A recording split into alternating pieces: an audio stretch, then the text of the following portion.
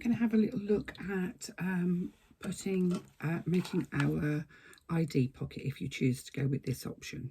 Now I've already cut my front card slot panel, and I've cut the ID pocket panel out, and I have my piece of clear vinyl. This is actually, it's got sparkly glitter in it, which I just thought would be a bit cool. I've edge painted all of my card panels because this has got quite plain white back on it, so I've used leather edge paint on all of the sides, including the bottom, because that bit will be exposed. So I'm going to turn my panel right side down. I'm going to get a little bit of glue, and I'm just going to wait for it to come to the bottom. Just pop a tiny bit of glue, just little tiny spots all around the outside to keep it secure. And then I'm going to position my vinyl, clear vinyl, over the top and just push it down. Now normally I would leave that to dry, but I'm not going to, just because you're waiting. And I'm going to start stitching at the bottom edge, so where I tie off my threads won't be at the top of where the card slots go in. We don't want to be able to see anything there. I'm going to start with long threads, top and bottom, and I'm not going to back stitch. I'm just going to stitch all the way around the exterior of that card slot hole, and I'm going to go really slowly around those curves. In fact, I actually am hand cranking because that's just easier, and I'm using an 1/8 of an inch seam allowance.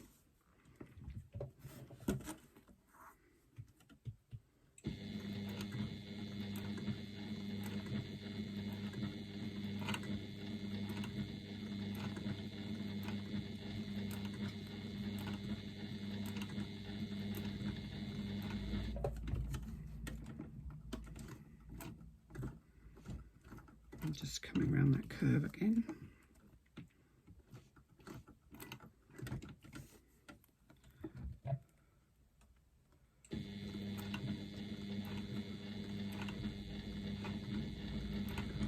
Along the top.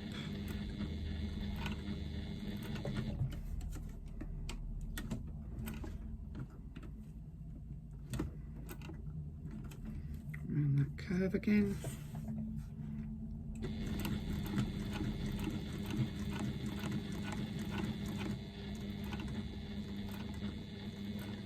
Down the other side, hand cranking just around the curve, just so that I know I'm going nice and slowly.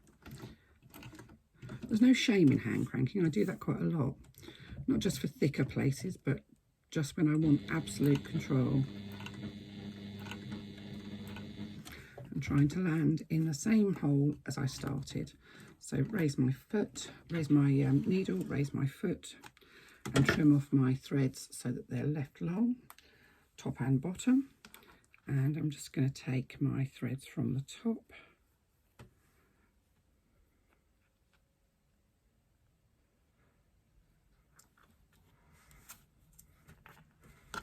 and using a self-threading needle again, take them from the front to the back.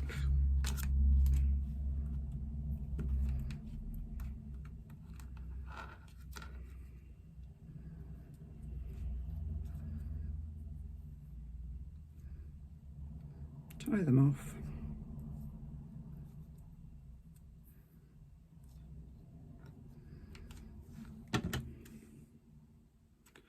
Trim them off, and then you can use either a glue stick or a little bit more glue to just secure them down so that they don't go wobbling everywhere. You don't want them all over the place. If you've got excess vinyl around the outside, you can trim that off. You don't want lots of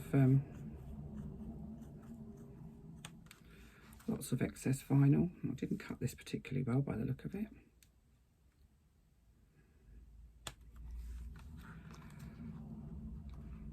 There we go. And we have one card slot pocket, one ID pocket fitted. That's just the vinyl part fitted there. So I'll come back to you in a second and show you how we prepare all of our card slots before we start making our card slots.